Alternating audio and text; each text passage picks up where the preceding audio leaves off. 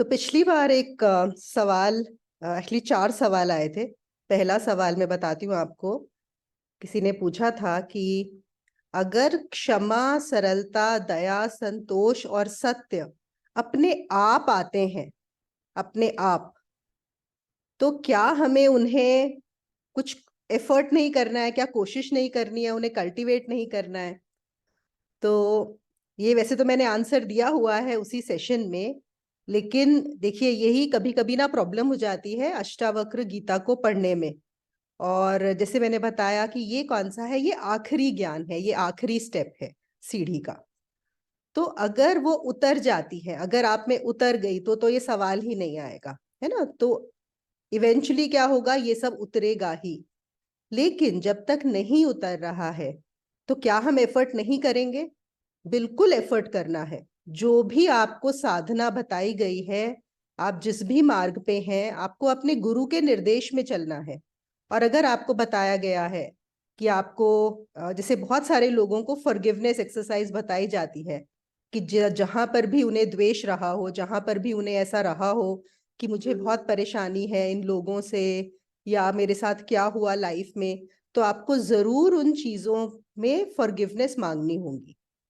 तो वो करते करते ही देखिए, जो हम बोलते हैं कि सेकंड लास्ट सीढ़ी पे आप आएंगे, तो वो करते करते ही आए हैं, है ना। कुछ तो आप साधना करते हुए पहुंचे ही हैं, तभी तो वहां पहुंचोगे। जनक पहुंच चुके हैं ऑलरेडी, जनक वो सब कर चुके हैं, बस अब उनके लिए एक आखिरी बचा था। तभी ये बोला गया था कि विषयों को त्याग दो। अब हर एक की बस की तो है नहीं कि सारे विषयों को त्याग दे। तो अगर नहीं त्याग सकते, तो अब यहां पर उल्टा वो मत बना लो कि अच्छा, हम तो अगर ये तो उतरेगी तो अब तो हम कुछ एफर्ट ही नहीं करेंगे, ये तो हम बिल्कुल उल्टा कर लेंगे फिर। देखो, एक ज्ञान का सही इस्तेमाल भी किया जा सकता है और उसका गलत इस्तेमाल भी हो सकता है ना। हम सोचे अरे वो तो अभी मुझे कुछ करना ही नहीं है, वो तो जब उतरेगी तब उतरेगी। लेकिन उतरने के लिए क्या कर रहे हैं हम वो एफर्ट? क्या मैं अपने विषयों को त्याग रहा हूं? नहीं, वो भी नहीं त्याग रहे। वो भी जब होंगे तब होंगे। तो ये गड़बड़ नहीं करनी है यहाँ पर, ठीक है ना। जब अष्टावक्र कोई चीज बताते हैं, वो किसके लिए बता रहे हैं? वो जनक के लिए बता रहे हैं, जनक जैसी क्वालिटी के शिष्य के लिए। क्या हर कोई जनक की क्वालिटी का शिष्य है? नहीं। और क्या अष्टावक्र को इंटरेस्ट है जनक के जैसे क्वालिटी से कम वाला? बिल्कुल नहीं। जनक को, अष्टावक्र को कोई इंटरेस्ट नहीं है। अगर हम देखें, अब हम बोलेंगे अरे अष्टावक्र तो इतने बड़े गुरु हैं, इतने बड़े सेंट हैं, इतने हाई लेवल की बात क्यों कर रहे हैं, हम तो बेचारे इस लेवल के हैं, हमारे हिसाब से भी चीजें बताएं। तो हमें यहाँ पर ये समझना होगा कि अब अगर हम छोटा एग्जाम्पल लें, आप देखो, जो स्कूल का प्रिंसिपल है, ओके, उसको क्या एक छोटा सा बच्चा जो पढ़ रहा है नर्सरी क्लास में, उसको कोई प्रॉब्लम हो रही है, क्या प्रिंसिपल उसके साथ टाइम स्पेंड करने वाला है उसको ठीक करने के लिए? अगर एक किसी ने आज छोटी दुकान डाली है, पहली बार एक छोटी सी ना, इसकी क्या बोलते हैं, जो रोज का सामान होता है ना अपना, राशन का सामान, परचून की दुकान बोल देते हैं, या पान की दुकान डाली है आपने, हाँ, पहली बार छोटी सी, वो भी एकदम एक 50 फुट की। आप सोचो, मुझे यहाँ पे अंबानी जो है ना, मुकेश अंबानी गाइड कर दे कि कैसे बिजनेस करना चाहिए, है तो वो भी बिजनेसमैन ही। क्या मुकेश अंबानी को कोई इंटरेस्ट है? 50 फीट क्या, आपकी 50,000 फीट की भी दुकान होगी तो भी उसको इंटरेस्ट नहीं है ना। बिल्कुल ऐसे ही अष्टावक्र एकदम हाई लेवल की बात कर रहे हैं।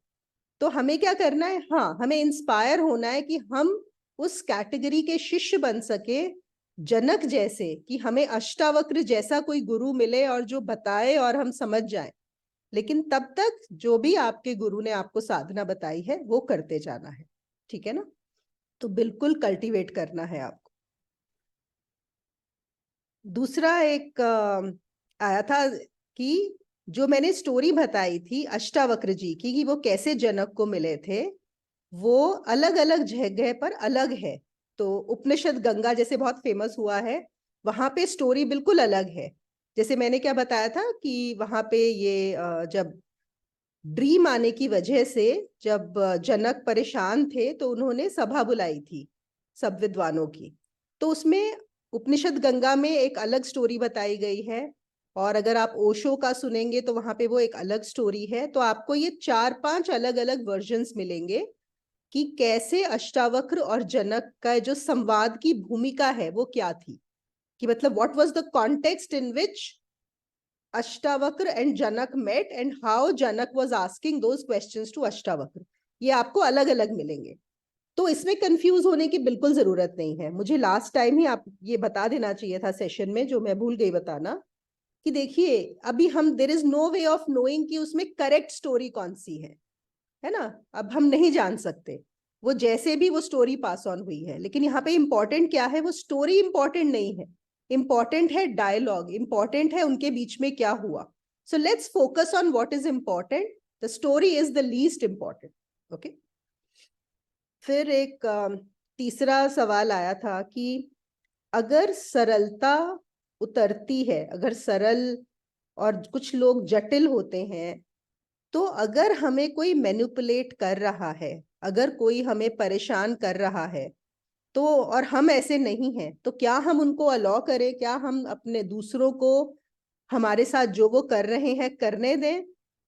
बिल्कुल नहीं, बिल्कुल नहीं। देखिए फिर से समझने की बात है, अगर यहां पर आपको रियलाइज भी नहीं होता है, जैसे एक छोटा बच्चा है, एक छोटा बच्चा है जिसको अगर आप कुछ बोल देंगे या आपने कुछ उसको झूठ बताया या मैनिपुलेट किया, उसको रियलाइज भी नहीं होगा।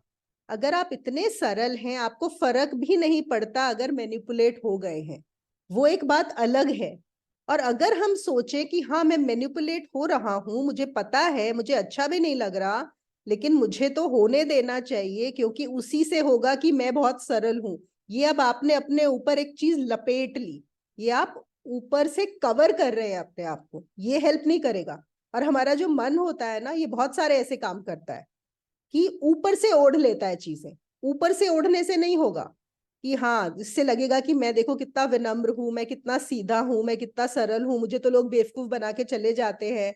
ये हमारा जो माइंड और ईगो है ना, ये इसमें भी बड़ा कुछ ना कुछ निकाल लेता है, आराम निकाल लेता है।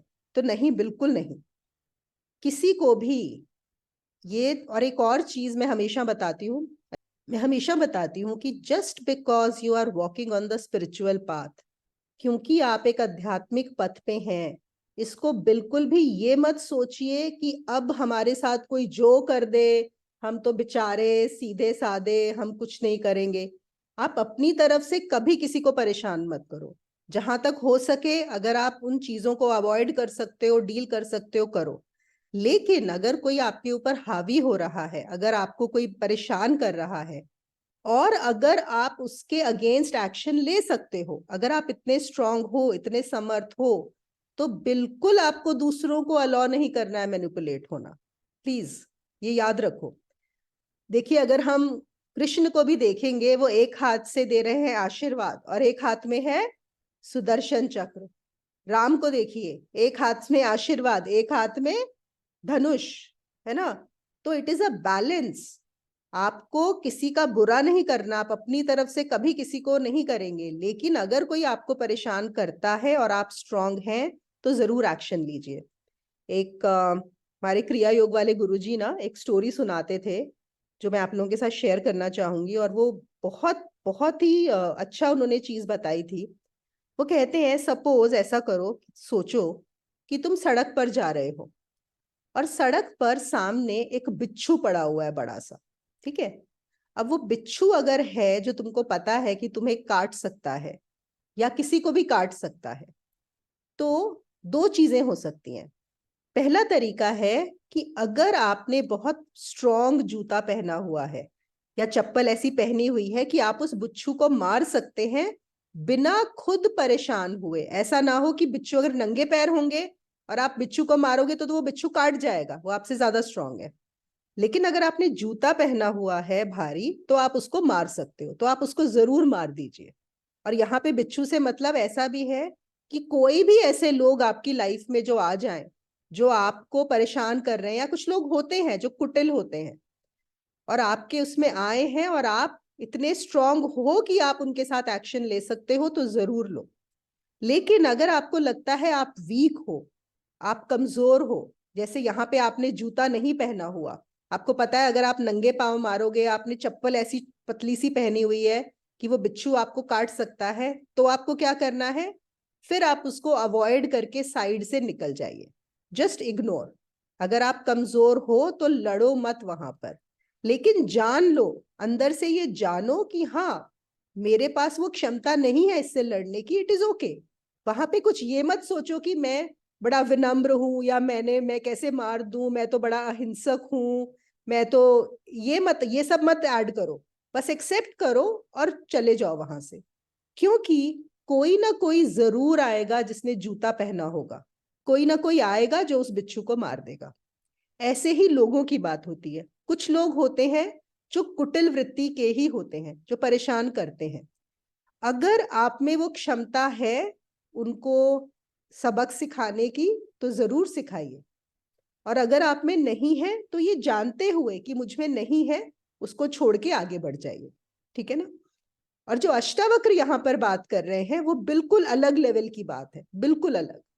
और इसका भी मतलब ये नहीं होता कि अगर अष्टावक्र आप सरल हो गए हैं तो आपके बाद उसके साथ आपके साथ कोई कुछ भी करेगा आप उसको सह ही लेंगे, ये बहुत गलत मैसेज चला जाएगा।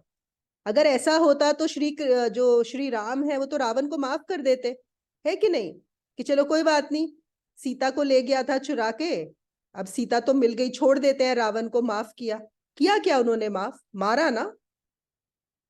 तो जो बिहेवियर है जो आपका, जो उस स्थिति के लिए, वो आपको वैसा ही करना है जो रिक्वायर्ड है। तो हम क्या करते हैं, हम बिहेवियर से जज करने लग जाते हैं चीजों को, और खुद को भी। Behaviour is not important here, और आप बिहेवियर से आप जज भी नहीं कर सकते। एक व्यक्ति जो जान गया है उसका बिहेवियर, और जो नहीं जानता है उसका बिहेवियर, दोनों बिल्कुल सेम हो सकते हैं, बिल्कुल सेम। आप बिहेवियर से कभी जज नहीं कर सकते, ठीक है ना। तो बस आपको अपना देखना है, बाहर से मत जांचिए।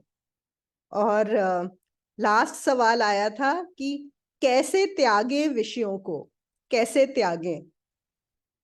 अब वही जो पहला था ना कि अगर सब विषयों को विष के समान त्याग दो, तो कैसे त्यागे। अब उसके लिए तो बस कृपा की जरूरत है, सच में।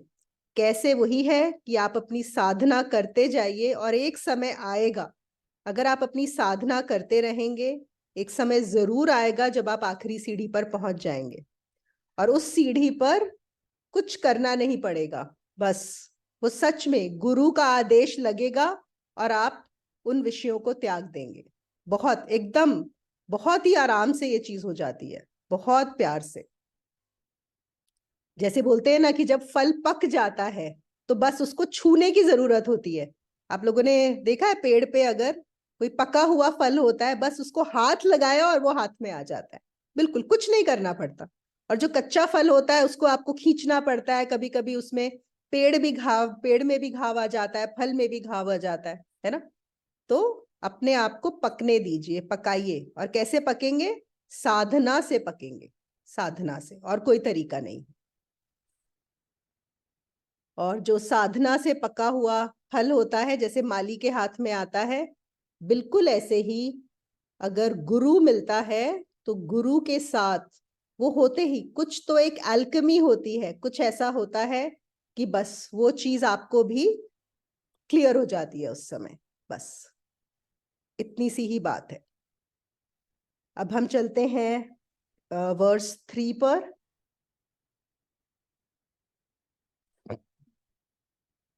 वैसे तो अब वही चीज जो हमारी वर्स 2 में थी वही यहीं पे आने वाली है, सिर्फ कहने का भाव अलग है, तरीका अलग है।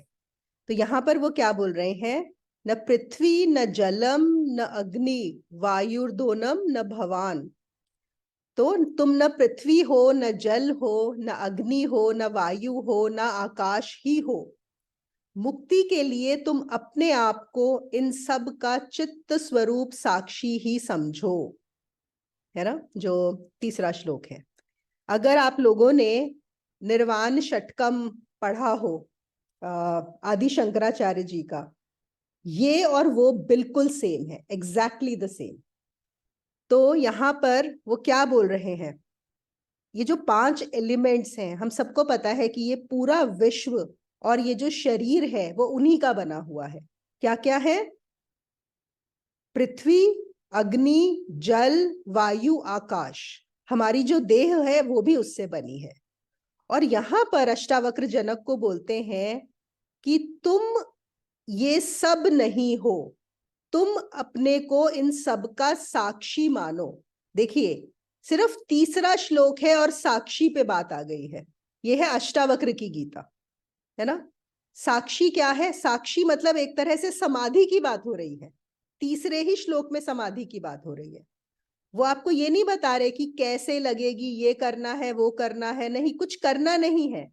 अष्टावक्र के साथ कुछ भी करना नहीं है।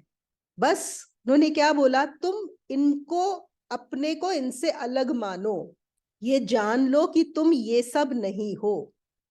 अब क्या है, जनक ने क्या पूछा था? ज्ञान कैसे मिले, मुक्ति कैसे मिले, वैराग्य कैसे मिले? और उसी को आगे बढ़ाते हुए अष्टावक्र ये बता रहे हैं कि तुम इन सब को मैं ना मानो, तुम ये कुछ भी नहीं हो इन सब में से। मुक्ति के लिए तुम अपने को इनका चित्त स्वरूप साक्षी ही समझो। Only see yourself as a witness to all these 5 elements. देखिए, सांसारिक शब्दों में और आध्यात्मिक शब्दों में सेम शब्द के अलग अलग मतलब हो सकते हैं। जब हम ज्ञान की बात करते हैं तो अगर हम सांसारिक दृष्टि से देखते हैं तो ज्ञान का मतलब होता है कि हमें बहुत सारी चीजों के बारे में पता हो। जैसे अगर मुझे पता है खाना कैसे बनाया जाता है तो वो भी ज्ञान है। अगर मुझे पता है एक बिल्डिंग कैसी बनाई जाती है, वो ज्ञान है। अगर मुझे पता है कि न्यूज में क्या चल रहा है आजकल, लेटेस्ट पॉलिटिक्स में क्या चल रहा है, स्पोर्ट्स में क्या चल रहा है, मतलब अनगिनत विषय हैं। और किसी भी विषय के बारे में जो भी सूचना आपको पता हो उसको ज्ञान बोला जाता है कि नहीं? अगर हम किसी को ज्ञानी बोलते हैं संसार में, उसका क्या मतलब है? कि उसके पास बहुत सारी इंफॉर्मेशन है। हम इंफॉर्मेशन को ही नॉलेज समझते हैं। जो नए लोग आए हैं, मैं उनको एक और चीज बता दूं कि अध्यात्म में इंफॉर्मेशन और नॉलेज दो बहुत अलग अलग चीजें हैं। जिसको संसारिक लोग नॉलेज बोलते हैं, अध्यात्म में उसको सिर्फ इंफॉर्मेशन बोला जाता है। नॉलेज क्या होती है? जो आपको अपने अनुभव से आए, वो है नॉलेज। और इंफॉर्मेशन क्या है? जो आपने सिर्फ सुन लिया है और अपने पास इकट्ठा कर लिया, उसको बोलेंगे इंफॉर्मेशन। और अध्यात्म में उस इंफॉर्मेशन को अज्ञान कहा गया है। अब संसार में अज्ञान किसको बोलेंगे? कि अरे मुझे तो इस बारे में पता ही नहीं है, मुझे तो ये चीज आती ही नहीं है, इसका मतलब मैं अज्ञानी हूं। लेकिन अध्यात्म में अज्ञानी का मतलब होता है झूठा ज्ञान। मतलब अगर तुमने अपने आप को क्या समझा हुआ है, ये जो तुमने इतना ज्ञान इकट्ठा किया हुआ है, इतनी सूचना, इतनी इंफॉर्मेशन इकट्ठी की हुई है, ये सब की सब झूठी है, इससे कुछ भी नहीं होने वाला, ये सब बेकार है। अध्यात्म क्या बोलता है कि तुम्हारे दुख का कारण वो नहीं है जो तुम नहीं जानते। तुम्हारे दुख का कारण है कि तुमने इतना कुछ जाना हुआ है जो सब कुछ झूठ है, जो सच है ही नहीं। वो तुम्हारे दुखों का कारण है। इतनी इंफॉर्मेशन इकट्ठी करके रखी हुई है। अब किसी को अगर एनसाइक्लोपीडिया ब्रिटानिका पूरा आता हो तो दुनिया तो मतलब उसके पीछे पागल हो जाएगी, है कि नहीं? वाह, इसको तो सब कुछ पेज बाय पेज सारी इंफॉर्मेशन पता है, कितना इंटेलिजेंट है। पर अध्यात्म उसको बिल्कुल भी इंपॉर्टेंस नहीं देगा। अध्यात्म में क्या जरूरी है? ज्ञान का क्या अर्थ है? आत्मज्ञान, मतलब स्वयं को जानना, स्वयं को, स्वयं का ज्ञान। और स्वयं मतलब क्या? साक्षी। स्वयं है साक्षी।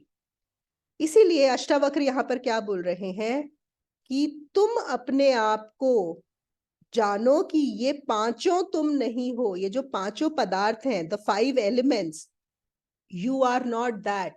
You are only a witness to all these 5 elements. और ये 5 एलिमेंट से क्या क्या बनता है? हमारा शरीर, है कि नहीं? हमारा शरीर ये 5 तत्वों से ही तो बना हुआ है। और सीधे ही अष्टावक्र बोल रहे हैं कि तुम ये हो ही नहीं। अब एक सवाल आ सकता है किसी का कि अच्छा, शरीर तो मैं नहीं हूं लेकिन मन तो मैं हूं, है ना? क्योंकि जो पांचों तत्वों से तो शरीर बना है, लेकिन मन वो तो पांचों तत्वों से नहीं बना। नहीं, मन भी उन्हीं पांचों तत्वों का ही है, कोई फर्क नहीं है। और जो आपका शरीर है वो मन का ही हिस्सा है। हम बोलते हैं शरीर जो है वो भौतिक मन है। Your body is a physical mind and your mind is a subtle body. और आपका जो मन है वो सूक्ष्म शरीर है। कोई फर्क नहीं है दोनों में। अगर आपके शरीर में तकलीफ हो, अगर आपको कहीं दर्द हो रहा है, तो आपका मन अफेक्ट होता है कि नहीं होता? उससे होता है ना। अगर शरीर स्वस्थ हो और शरीर अस्वस्थ हो तो आपका मन अफेक्ट होता है, आपकी विचार अफेक्ट होते हैं, आपके इमोशंस अफेक्ट होते हैं, है ना। अगर कमरे में अंधेरा हो तो आपके विचार अलग होते हैं, कमरे में रोशनी हो तो विचार अलग होते हैं, है ना। अगर आप अकेले बैठे हो तो विचार और इमोशंस अलग होंगे, और कोई आ जाए और आपसे बातें करने लगे तो वो बदल जाएंगे। तो हर चीज आप देख रहे हो, ये सब कनेक्टेड है, आप इसको अलग नहीं कर सकते। आप ये नहीं बोल सकते कि मेरा मन अलग है और शरीर अलग है, नहीं, एक ही है। वो हमें लगता है, हमें अनुभव ऐसा होता है कि वो अलग अलग है, एक ही चीज है, कोई डिफरेंस नहीं। और जब अष्टावक्र बोल रहे हैं कि तुम जानो कि तुम ये पांचों तत्व नहीं हो, तो इसका क्या मतलब है कि ना तुम शरीर हो, ना तुम मन हो, ना तुम विचार हो, ना बुद्धि हो, ना भावनाएं हो, कुछ भी नहीं हो। तुम कौन हो? इन सब के साक्षी हो। और अपने आप को साक्षी मानकर इसी समय इसी वक्त मुक्त हो जाओ। तुम्हें मुक्त होने के लिए इंतजार नहीं करना है, बिल्कुल भी इंतजार नहीं करना, इसी वक्त तुम मुक्त हो जाओ। लेकिन हमें ये चीज बहुत मुश्किल लगती है कि कैसे हम इस सब से अपने को अलग माने।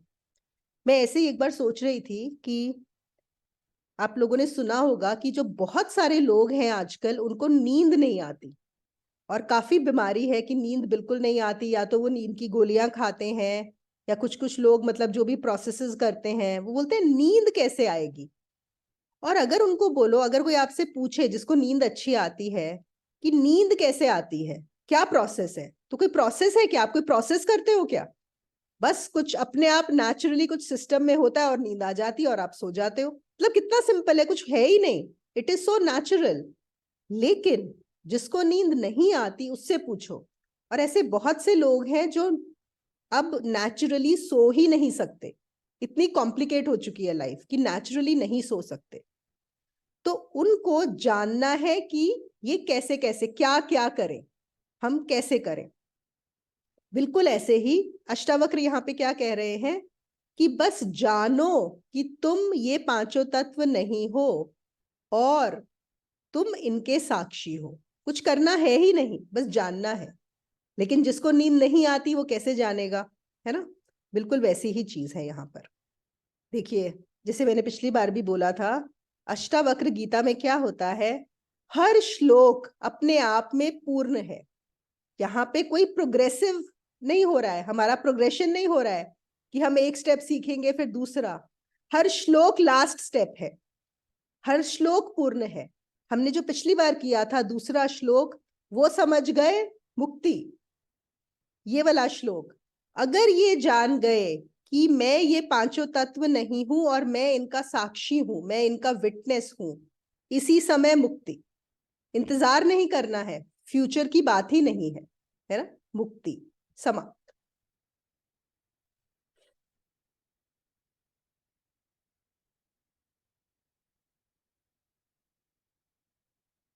वेदांत में, क्योंकि अष्टावक्र गीता भी वेदांत का ही एक भाग है, वेदांत की ही पुस्तक मानी जाती है, इसमें कोई बंधन है ही नहीं।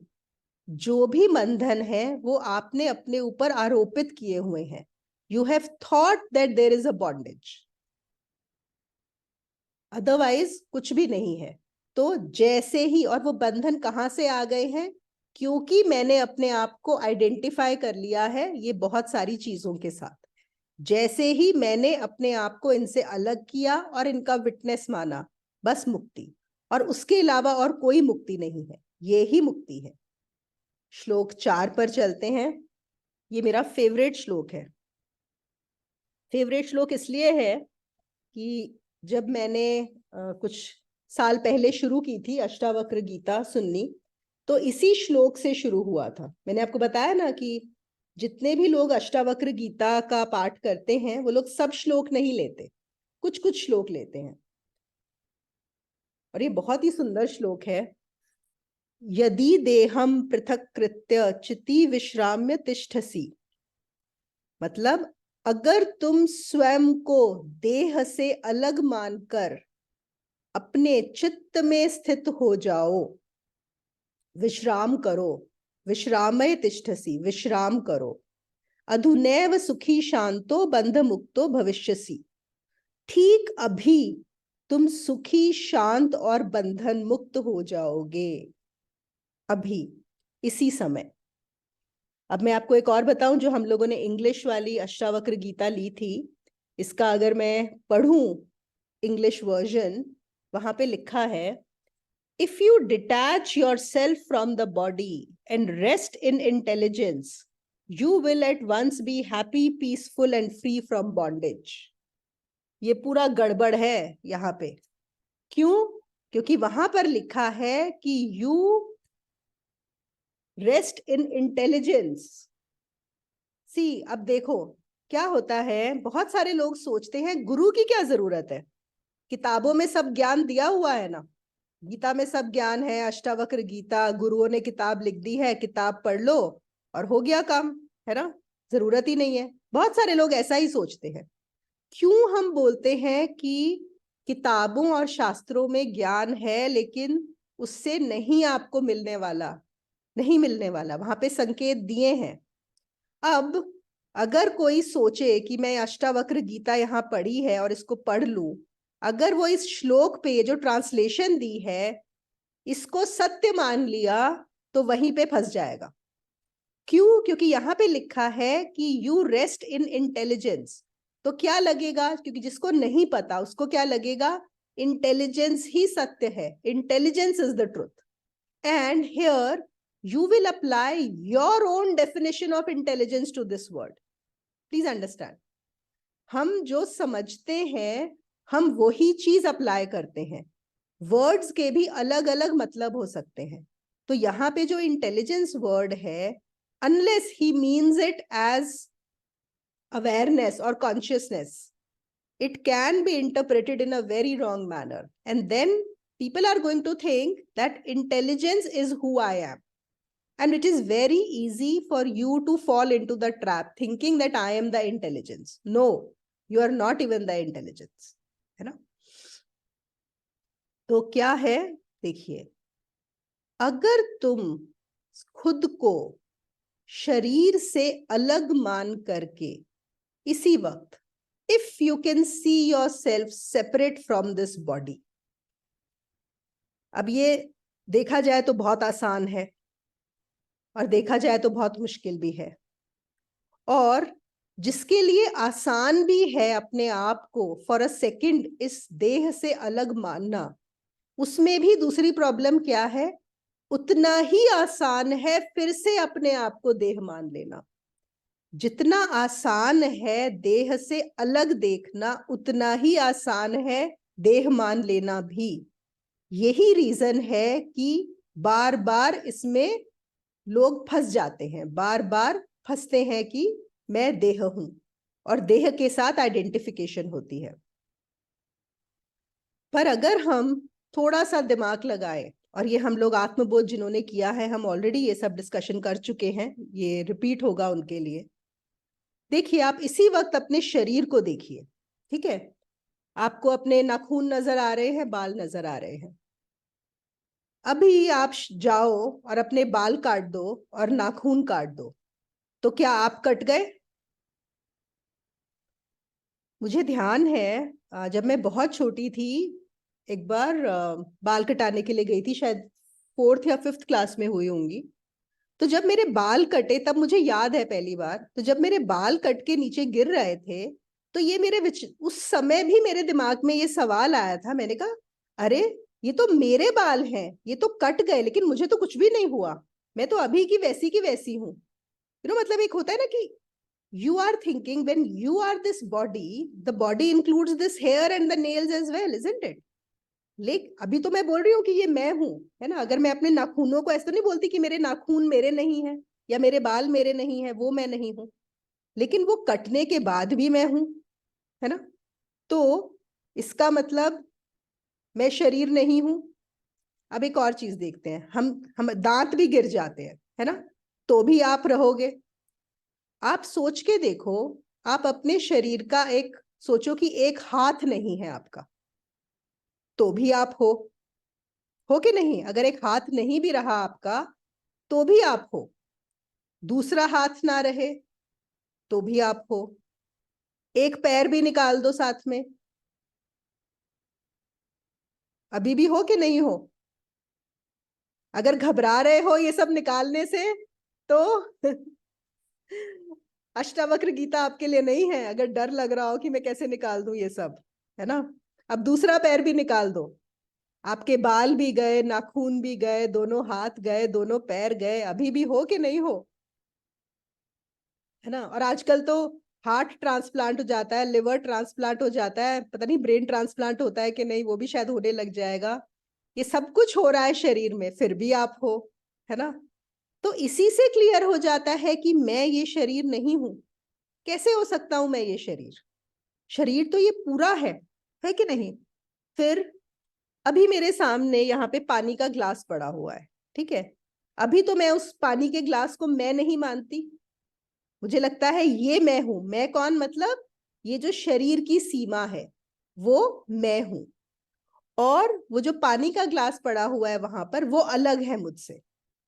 और अभी मैं पानी उसको पी लूंगी, तो अब वो क्या पानी मैं नहीं हो गया उसी समय, है ना। या ये है कि, और अगर अब पीने के बाद मैं हुआ, तो दो ही चीजें हो सकती हैं। या तो जब नहीं पिया था तब भी वो मैं था, और या फिर ये शरीर भी मैं नहीं हूं। अगर वो पानी मुझसे भिन्न है, अगर वो सामने पड़ा हुआ केला मुझसे भिन्न है, जो मैं बन सकता है, जो ये शरीर बन जाने वाला है, अगर वो सामने पड़ा हुआ खाना मुझसे भिन्न है, तो ये शरीर भी तो मुझसे भिन्न ही हुआ। सोचिए, इस बारे में सोचना बहुत जरूरी है, मनन करना। देखिए मैंने क्या बोला, दो ही पॉसिबिलिटीज है। या तो वो पानी, केला, खाना जब इस शरीर के अंदर नहीं है, तब भी मैं ही हूं, तब भी मैं हूं। वो खाना जो आज एक किसान अपने खेत में उगा रहा है, जो शायद अगले हफ्ते मेरी टेबल पर पहुंचेगा, समझ रहे हैं वो। और एक हफ्ते बाद जब वो मेरी टेबल पर पहुंच के इस शरीर में जाएगा, या तो वो खाना आज भी मैं ही हूं, आज भी वो मेरा शरीर ही है वो वाला खाना। और अगर वो आज मैं नहीं हो सकता, तो वो एक हफ्ते बाद, मतलब ये शरीर भी मैं नहीं हूं। समझ में आ रही है ये बात? इस पे मनन करने की बहुत बहुत जरूरत है। इतनी छोटी छोटी बातें हम लोग ध्यान नहीं देते हैं। वो खाना अभी तो जो बाजार में पड़ा हुआ है, अभी तक वो किसी और की प्रॉपर्टी है, कुछ और है, मैं नहीं हूं। और थोड़ी देर बाद मैं उस रेस्टोरेंट में जाता हूं और वो खाना खा लेता हूं, तो वो मैं हो गया। अभी ये मैं हूं, ये मेरा शरीर है। अभी मैं बाथरूम होके आऊं, यूरिन पास करके आऊं, तो क्या मैं निकल गई? तो क्या जो, और यहाँ पे एक और क्या है, अष्टावक्र क्या बोल रहे थे पहले भी, कि तुम इनके साक्षी हो। ये जो क्रम चल रहा है, ये जो क्रिया चल रही है तुम्हारे शरीर की, उसने भोजन किया, उठाया, आपके हाथों ने भोजन उठाया, मुंह में डाला, दांतों ने चबाया, अंदर गया।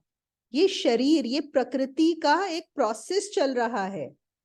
और तुम सिर्फ और सिर्फ उसके साक्षी हो, सिर्फ उसके दृष्टा हो। तुमने क्या सोच लिया कि वो मैं हूं, ये शरीर मैं हूं, और इस शरीर को मैं मानना ही तुम्हारा सबसे बड़ा बंधन है। ये ही बंधन है। अगर तुम इसी वक्त इस खुद को इस शरीर से अलग जान सकते हो, देख सकते हो, if you can see yourself separate from this body right here, right now, you are free.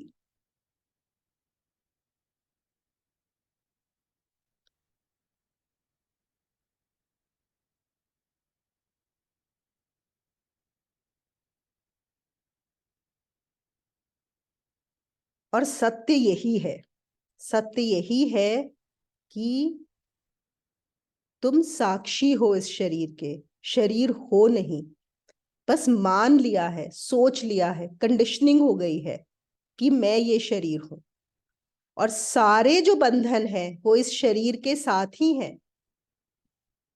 देखो ना, जितने भी बंधन हैं, जितनी चीजों से एक इंसान मुक्ति मांगता है, जनरली किन चीजों से मुक्ति मांगता है? अपने दुखों से, है ना? और दुख किस चीज के होते हैं? या तो शारीरिक, शरीर बीमार है, इस चीज का दुख है, या मन के दुख। और हमने ये भी बोल दिया कि मन भी क्या है, इस शरीर से ही जुड़ा है, कि किसी ने मुझे कुछ बुरा भला कह दिया, किसी ने मेरी इज्जत नहीं की, कोई मुझे ठीक से समझता नहीं है, कोई मुझे प्रेम नहीं करता है, या मुझे भौतिक या फाइनेंशियल उसकी कमी है, मुझे पैसा और चाहिए। इस पैसा क्यों चाहिए? इस शरीर को मेंटेन करने के लिए, है कि नहीं? पैसा चाहिए, उसके लिए जॉब चाहिए, पढ़ाई चाहिए, फिर प्रेम चाहिए, उसके लिए कौन चाहिए? कि चलिए कोई मेरा एक रिलेशनशिप होना चाहिए, शादी होनी चाहिए, कोई पार्टनर होना चाहिए। अगर एक एज के लोग होते हैं, उनकी परेशानियां क्या होती हैं? बच्चों को लेके, कि हमारा बच्चा ठीक से पढ़ाई नहीं करता, इसकी जॉब नहीं है, इसकी शादी नहीं हो रही है। ये सब क्या है? वो बच्चा कहाँ से आया? बच्चा कहाँ एसोसिएटेड है? इस शरीर से ही तो एसोसिएटेड है। जब ये शरीर है तभी बच्चा है। एक शरीर से ही दूसरा शरीर आया है। तो जितने भी बंधन हैं वो सब के सब इस शरीर से हैं। और जब जानते हैं तो क्या पता लगता है? अरे, ये शरीर तो हूं ही नहीं। मैं फिर से वही जो हमेशा एग्जांपल देती रहती हूँ, मूवी का, कि सोचो एक छोटा बच्चा है, जब वो मूवी देखने जाता है तो बहुत लोगों ने ऐसा देखा होगा, उसको वो सब कुछ रियल लगता है। या वो घर में कार्टून भी देखता है तो उसको वो रियल लगते हैं कैरेक्टर्स। अगर उनको कुछ दुख सुख हो जाता है तो उसको लगता है, वो भी रोने लगता है। मतलब सच मान के रोते तो हम भी हैं, हमें पता है मूवी है, फिर भी हम रोते हैं, हंसते हैं, वो एक अलग बात है। लेकिन एक बच्चा उसको सच में रियल मान लेता है, कि वहां पर जो हो रहा है वो सच ही है। और फिर जब वो बड़ा होता है, फिर उसको समझाया जाता है तो उसको पता पड़ता है कि अरे, ये तो सब कुछ झूठ था, कुछ सच था ही नहीं। तो यहां पर जब अष्टावक्र बोलते हैं कि तुम अपने आप को साक्षी जानो, देह से पृथक मानकर साक्षी जानो, तुम उनके साक्षी हो, तो वो क्या कह रहे हैं? कि ये जो पूरी मूवी चल रही है, ये जो पूरा ड्रामा चल रहा है, तुम वो मूवी के किरदार नहीं हो, तुम वो स्क्रीन हो जिसके ऊपर मूवी चल रही है। It is the screen. Movie किस पर चलती है? स्क्रीन पर चलती है ना। क्या बिना स्क्रीन के मूवी चल सकती है? अभी आप देखो, सामने जहां पर भी आप देख रहे हो, अपने लैपटॉप पर, अपने फोन पर, क्या आपको स्क्रीन नजर आ रहा है या फोटो नजर आ रही है? इस समय स्क्रीन नहीं नजर आ रहा होगा, लेकिन आपको पता है कि स्क्रीन है ना? आपको पता है स्क्रीन है, लेकिन नजर नहीं आ रहा है स्क्रीन। तो जिसने कभी स्क्रीन को मूवी बंद करके देखा ना हो, उसको कभी रियलाइज ही नहीं होगा कि वहां पर एक स्क्रीन भी है। अगर सामने वाली जो अभी हमारा स्क्रीन नजर आ रहा है, आप किसी को बताना चाहो जिसने कभी स्क्रीन नहीं देखा कि वो सामने स्क्रीन है, तो वो क्या पूछेगा? क्या स्क्रीन है?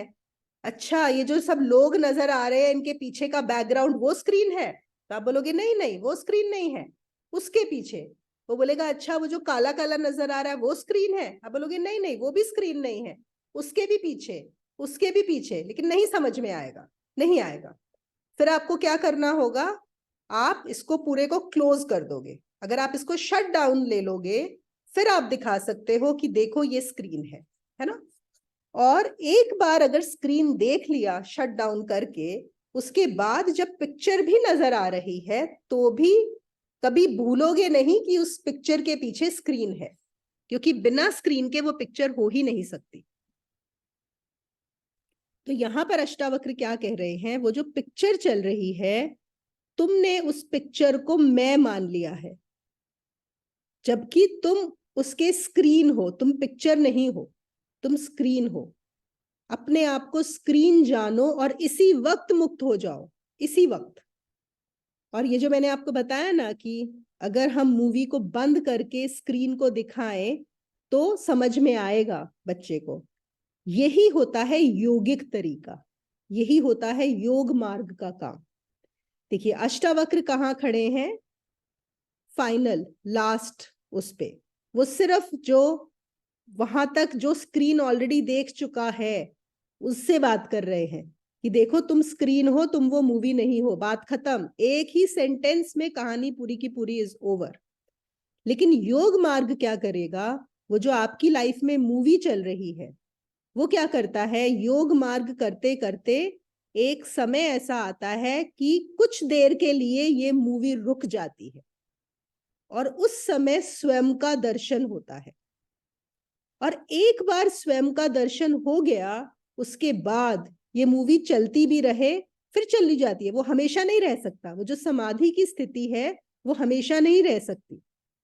लेकिन एक बार आपने स्क्रीन को बिना मूवी के देख लिया, एक बार आपने स्वयं को बिना इस शरीर और बिना इस मन और बिना इस संसार के देख लिया, उसके बाद ये संसार आपको भरमाता नहीं है, उसके बाद कंफ्यूजन नहीं क्रिएट होती। और वही किया जाता है योग मार्ग पे।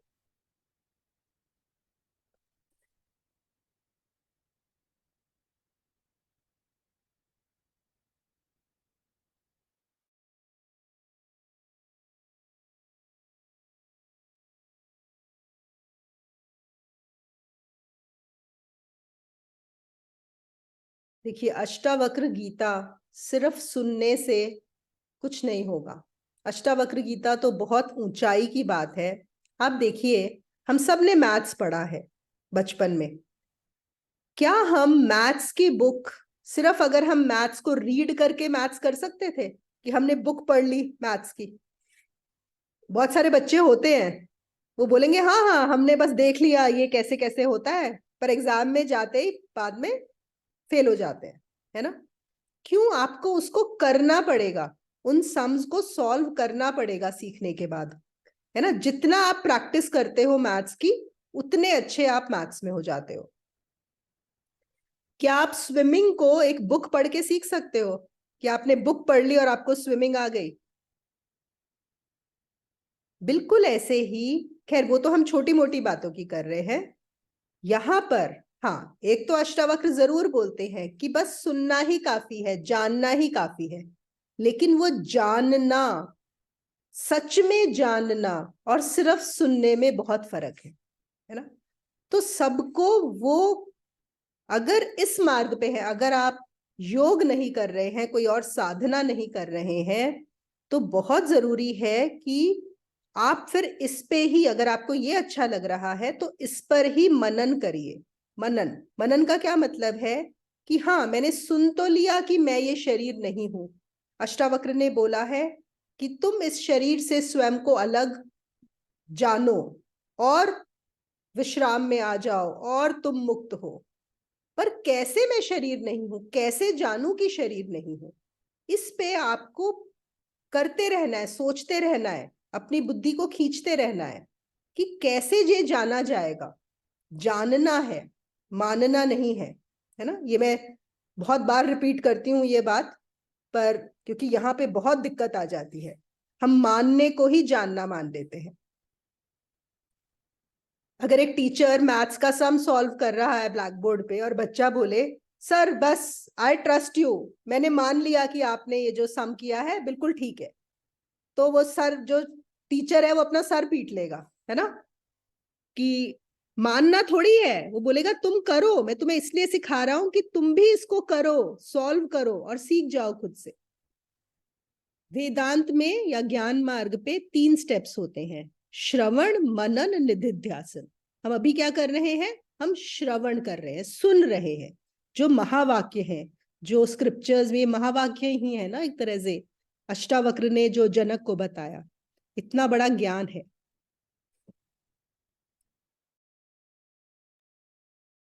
हम उसको सुन रहे हैं और फिर हमें क्या करना है, उसके बारे में कॉन्टेम्पलेट करना है कि ये कैसे सच है, उसमें ही रहना है, उसमें मैरिनेट होना है।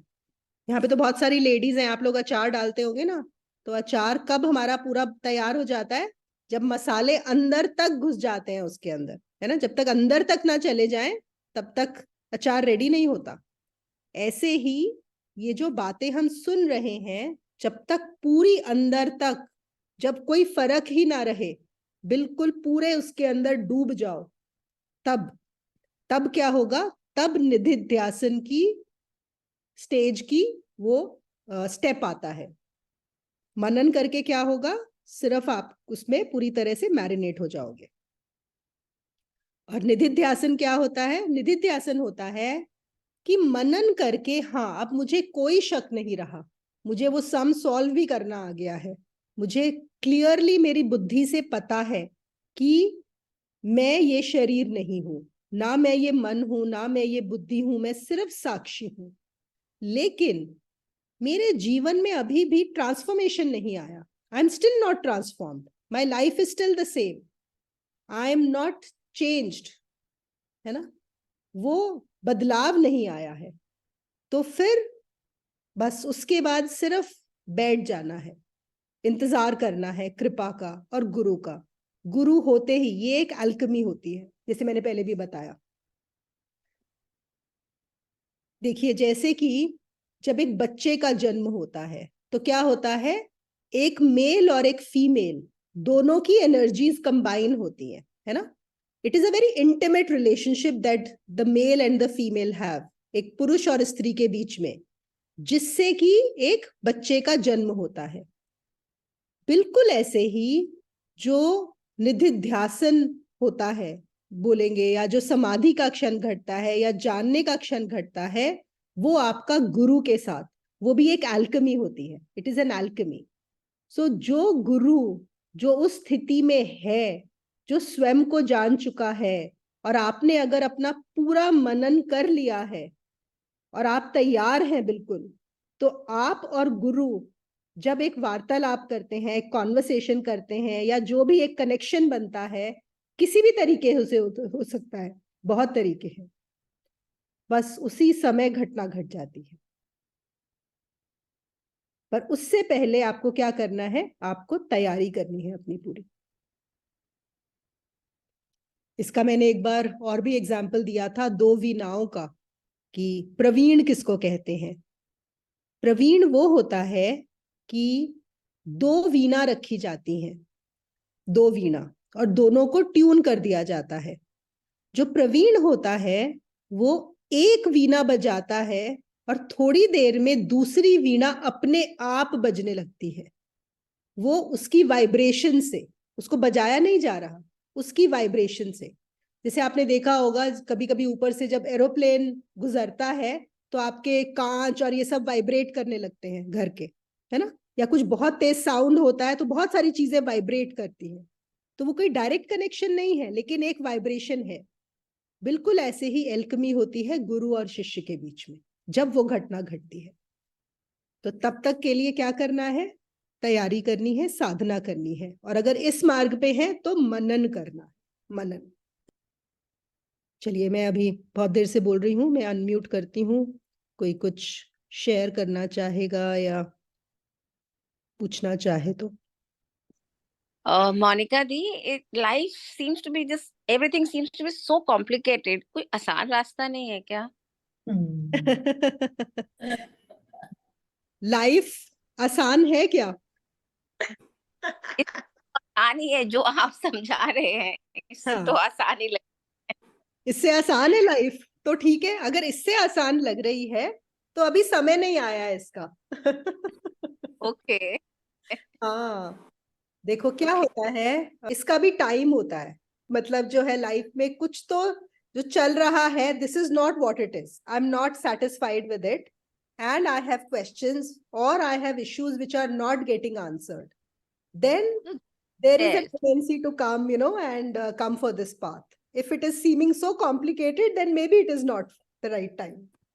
Okay, that may be true. Yes, या, yes. so for that thing then what should I do? For what? What are you seeking? What is your question? Like, you said there's so many things to be done, जैसे कि एक, uh, you have to reach a place where, these all these samagam comes, with the guru and all. I think I have no guru right now, so I do not know whom to make a guru or how to make a guru. Do you want to make a guru, and why do you want to make a guru? That is the first question. All these complications of the life, because life, see, I am now 55 years old, right?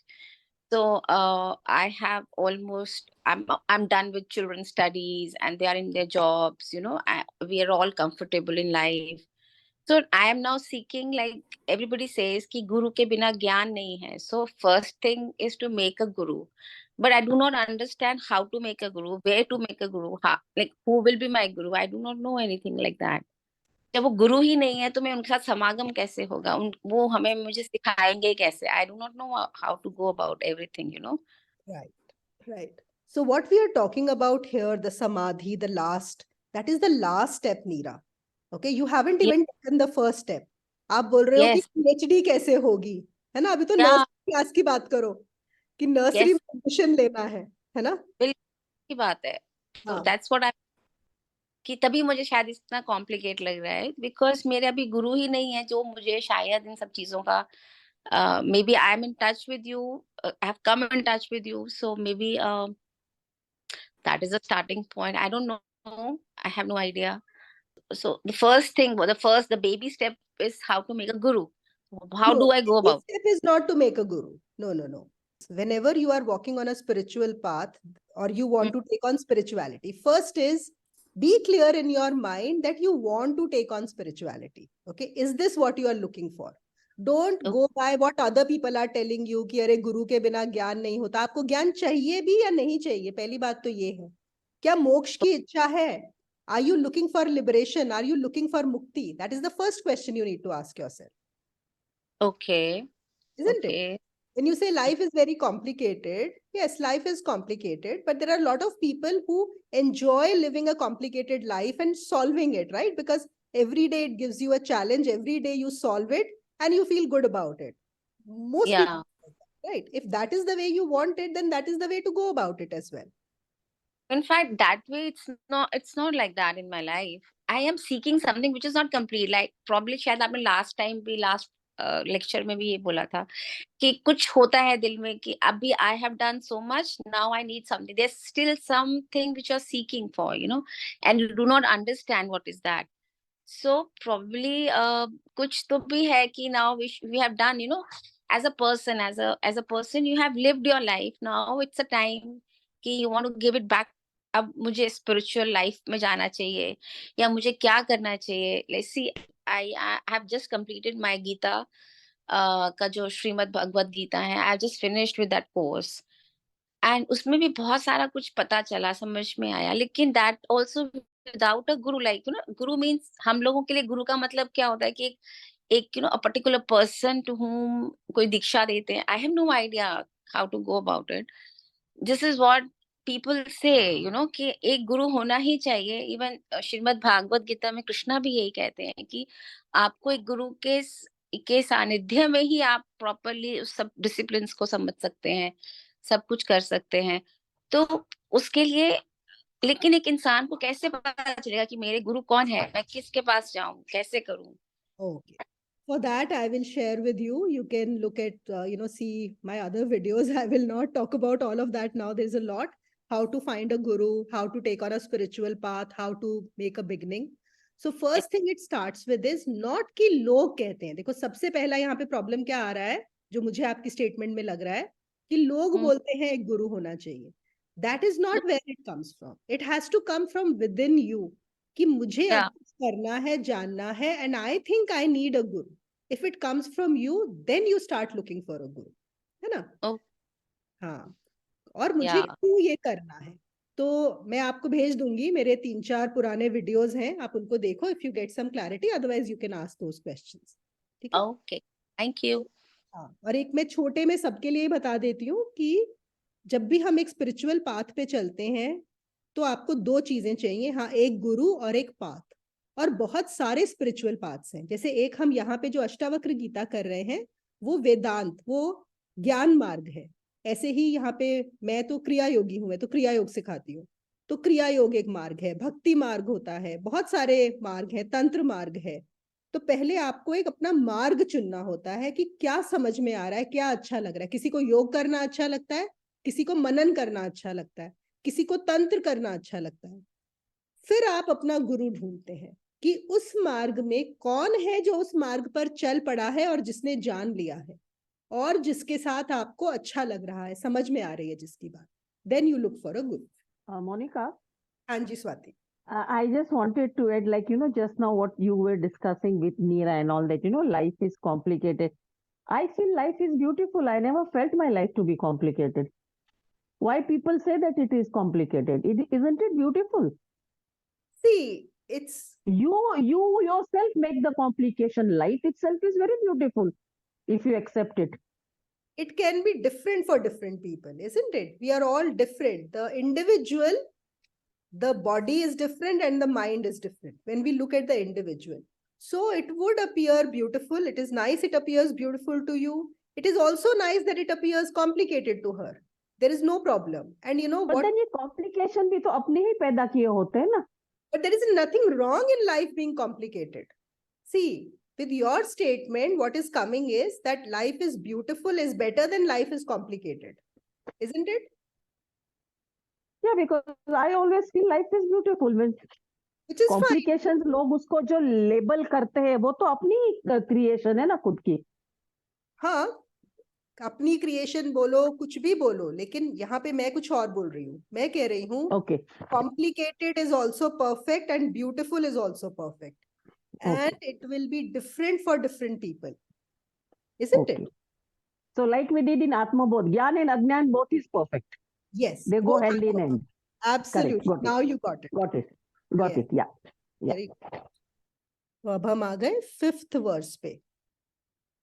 यहाँ पे क्या बोल रहे हैं अष्टावक्र कि तुम ना तो ब्राह्मण हो, ना शूद्र हो, ना वैश्य हो, ना तुम क्षत्रिय हो, और ना तो तुम्हारा कोई वर्ण है, ना ही तुम्हारा कोई आश्रम है. जैसे हम लोग हिंदू धर्म में बोलते हैं ना, 4 आश्रम होते हैं, ब्रह्मचर्य, गृहस्थ, वानप्रस्थ और सन्यास. और हम 4 वर्ण बोलते हैं, ब्राह्मण, क्षत्रिय, वैश्य और शूद्र. तो यहाँ पे अष्टावक्र क्या बोल रहे हैं? तुम इनमें से कोई भी नहीं हो. ना तुम चारों आश्रम हो, ना तुम चारों में से वर्ण हो. अब देखा जाए कुछ अलग बात नहीं बोल रहे हैं. जो उन्होंने मेन बोलना था वो तो पहले ही बोल चुके हैं कि तुम 5 तत्व नहीं हो, उनके साक्षी हो, तुम शरीर नहीं हो. और जब वो शरीर बोलते हैं तो शरीर में सब कुछ आ जाता है, मन भी, बुद्धि भी, विचार भी, भावना भी. हम कई बार अपनी जो आइडेंटिटी है अपने आश्रम से, अपने वर्ण से बहुत लगा लेते हैं. अब ये हो सकता है हम लोगों के लिए इतना इम्पोर्टेंट ना हो, यहाँ पे सब पढ़े लिखे अर्बन उसके लोग हैं, लेकिन आप बहुत सारे गांवों में जाएंगे या कुछ कम्युनिटीज हैं जहाँ पे इस चीज का बहुत ज्यादा है कि वो ब्राह्मण है या वो शूद्र है, मतलब पूरी तरह अंदर घुसा हुआ है. हम बात कर रहे हैं कि हम शरीर ही नहीं हो, है ना. वो इसलिए यहाँ पे ये बात कर रहे हैं कि वर्ण में भी लोग घुस जाते हैं कि हम तो, और जो शूद्र है वो कभी उससे किसी शूद्र को बोलो कि तुम शूद्र नहीं हो, वो उस आइडेंटिफिकेशन को तोड़ ही नहीं सकता. इतनी ज्यादा उसके अंदर वो चीज घुस जाती है, भर दी गई है समाज ने उसको इस तरह से ट्रीट कर करके. और एक ब्राह्मण है वो एक अलग ही अहंकार में जी रहा है कि मैं तो ब्राह्मण हूं, मैं तो बहुत ऊंची जात का हूं, है ना। और यहाँ पे अष्टावक्र क्या कर रहे हैं, पूरा का पूरा अगर देखा जाए जो सामाजिक संस्था है हमारी जो बनी हुई है, एक सोशल स्ट्रक्चर जो बना हुआ है, या तो आश्रम पर या वर्ण पर, और यहाँ पे इन्होंने आश्रम और वर्ण का दिया है, हम इसको कुछ भी ले सकते हैं, हम रिलीजन भी ले सकते हैं। अष्टावक्र यहाँ पर ये भी बोल सकते हैं, ना तुम हिंदू हो, ना मुसलमान हो, ना ईसाई हो, ना सिख हो, है ना। वो ये भी बोल सकते हैं कि ना तुम अपर क्लास हो, ना मिडिल क्लास हो, ना लोअर क्लास हो। मतलब कोई भी कैटेगरी जो हम लोगों ने डिफाइन की हो अपने लिए कि हम ये हैं, किसी ने वर्ण से बना लिया, किसी ने क्लास से बना लिया, किसी ने रिलीजन से बना लिया, किसी ने नेशन से बना लिया। अब कोई बोलेगा मैं इंडियन हूं, मैं अमेरिकन हूं, अष्टावक्र क्या बोलेंगे, ना तुम इंडियन हो, ना अमेरिकन हो, ना यूरोपियन हो, ना पाकिस्तानी हो, है ना। इंडिया पाकिस्तान वाले तो लड़ेंगे, मैं इंडियन हूं, मैं पाकिस्तानी हूं। वो क्या बोलेंगे, ना तुम इंडियन हो, ना पाकिस्तानी हो, सब कुछ, कुछ भी नहीं हो तुम उसमें से, है ना। तो तुम उन सबको छोड़कर ना ब्राह्मण हो, ना तुम किसी आश्रम के हो, तो तुम सिर्फ क्या हो, सिर्फ और सिर्फ साक्षी हो, सिर्फ साक्षी हो। फिर वही बात आ गई, you are only the witness.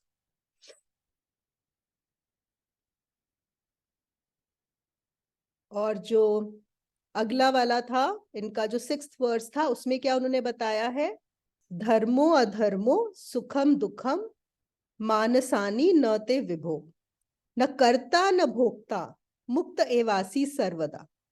ये भी बहुत सुंदर वर्स है कि धर्म अधर्म मतलब पाप पुण्य, वर्च्यू एंड वाइस जिसको हम बोलते हैं, सुख दुख मतलब प्लेजर एंड पेन, ये किसके हैं, ये मन के हैं। सुख दुख पाप पुण्य ये मन के हैं, ये तुम्हारे नहीं है, ये तुम नहीं हो। और तुम, ये बड़ी इंपॉर्टेंट स्टेटमेंट है इस 6ठे श्लोक में, न कर्ता न भोक्ता, तुम न करता हो न भोक्ता हो, तुम न डूअर हो न एंजॉयर हो, है ना।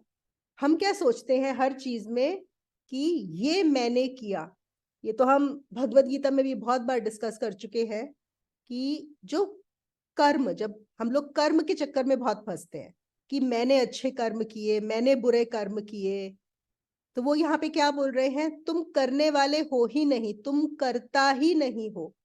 और अगर तुम सोचो मैंने बहुत एंजॉय किया, आप कहीं घूमने गए, आपने कुछ बहुत अच्छा खाना खाया, आप बोलोगे अरे मैंने तो बहुत एंजॉय किया, वो कह रहे हैं तुम भोगता भी नहीं हो, ना तुम करता हो ना भोगता हो, तुम कौन हो, तुम सिर्फ और सिर्फ साक्षी हो। जितने भी कर्म हो रहे हैं तुम सिर्फ उनके साक्षी हो और कुछ भी नहीं हो। यहाँ पर देखो, जब कर्ता होते हो तुम, कर्ता होने के लिए तुम्हें देह से एक होना पड़ेगा, तभी तुम कर्ता हो सकते हो, है कि नहीं। करता हो तो मतलब इस देह को मान रहे हो ना अपने में, और उन्होंने पहले ही बोल दिया है कि तुम करता, तुम देह नहीं हो, देह के साक्षी हो। और अगर देह के साक्षी हो तो कर्ता कैसे हो सकते हो। फिर अगर तुम बोलते हो भोक्ता मतलब भोगने वाली चीज, तुम जो भोग रहा है, तो भोग भी कौन रहेगा, भोगने के लिए भी शरीर चाहिए, शरीर और मन। फिर से वो पहले ही बोल चुके हैं कि तुम ना शरीर हो ना मन हो, तो अब क्या करो, तो तुम फिर से साक्षी हो गए।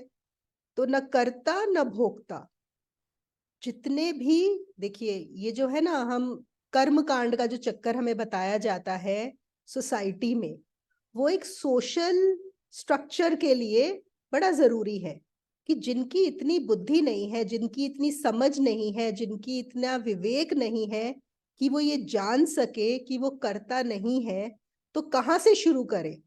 एक पर्टिकुलर एक समाज के लिए ये सब चीजें कि तुम अच्छे कर्म करो, हम सबको बताया जाता है अच्छे कर्म करो। अष्टांग योग में जो है यम नियम, अष्टांग योग, तो जो यम नियम है, देखिए शुरुआत होती है यम नियम से और आखिरी क्या है, समाधि। अष्टावक्र बात कर रहे हैं समाधि की, लास्ट स्टेप की, 8th स्टेप की। बीच में क्या आते हैं? यम नियम, आसन प्राणायाम, प्रत्याहार, धारण और फिर समाधि। तो जो यम नियम की बात है वहां पर कर्तापन आता है। वहां पे आपको सिखाया जाता है कि तुम अच्छे कर्म करो, झूठ मत बोलो, लालच मत करो, किसी का बुरा मत करो, अहिंसा में रहो, ये सब चीजें। लेकिन जब समाधि की बात है वहां पे ना कोई करता है ना कोई भोगता है, तुम सिर्फ साक्षी हो इस सब के। ये एक एक्सरसाइज है जो शायद मैंने काफी लोगों को इंडिविजुअली भी कराई है कि कैसे सिर्फ, अब जब हम देखने की बात करते हैं तो आ जाता है कि देखेंगे किससे? आंख से देख रहे हैं। तो क्या आंख से देखने को देखना बोला जा रहा है? नहीं, आंख से देखना देखना नहीं है, क्योंकि वो तो आंख ही देख रही है। तो आंख क्या है? आंख भी दृश्य है। Eyes are also an object. See, सबसे पहले हम क्या देख रहे हैं? बाहर। ये पूरा का पूरा हमें जो भी इस आंख से नजर आ रहा है दृश्य, जितने भी ऑब्जेक्ट्स नजर आ रहे हैं हमारे आसपास, वो कौन देख रहा है? उनको आंख देख रही है। तो ऑब्जेक्ट्स जो है वो है दृश्य बाहर के, और आपकी जो आंख है वो है दृष्टा। फिर आंख को कौन जान रहा है? जो देखा जा रहा है। आंख सिर्फ इंफॉर्मेशन को ले रही है, लेकिन उसका इंटरप्रिटेशन कौन कर रहा है? आपका मन। तो आंख कौन है? आंख देख रही है, आंख ने ये देखा, ये कौन जानता है? मन। यहां पर आंख आपकी ऑब्जेक्ट हो गई, दृश्य हो गई, और आपका जो मन है वो हो गया दृष्टा। ठीक है? अब जो मन है, मन को भी देखो आप। आपको पता होता है कि नहीं मेरा मन अभी सुखी है, मेरा मन अभी दुखी है, मेरा मन अभी कुछ मीठा खाना चाहता है, मेरा मीठा खाने का मन कर रहा है, मेरा मेरी मम्मी से बात करने का मन कर रहा है, मेरा कहीं घूमने जाने को मन कर रहा है। ये सब कहाँ हो रहा है? मन में, है ना? ये सब चीजें मन में चल रही हैं, जितने भी विचार हैं, जितने भी भावनाएं। अब इनको कौन जान रहा है? देखो कौन जानता है इन सबको? देखिए, अभी देखिए, यहीं पर देखिए। बाहर के ऑब्जेक्ट्स आपकी आंखें देख रही हैं, आंखों को मन देख रहा है। मन को कौन देख रहा है? उसी को ढूंढना है जो मन को भी देख रहा है, जिसके लिए मन भी एक दृश्य है, जिसके लिए मन भी एक ऑब्जेक्ट है। वो है हमारी आखिरी सीढ़ी, वो है साक्षी हो जाना।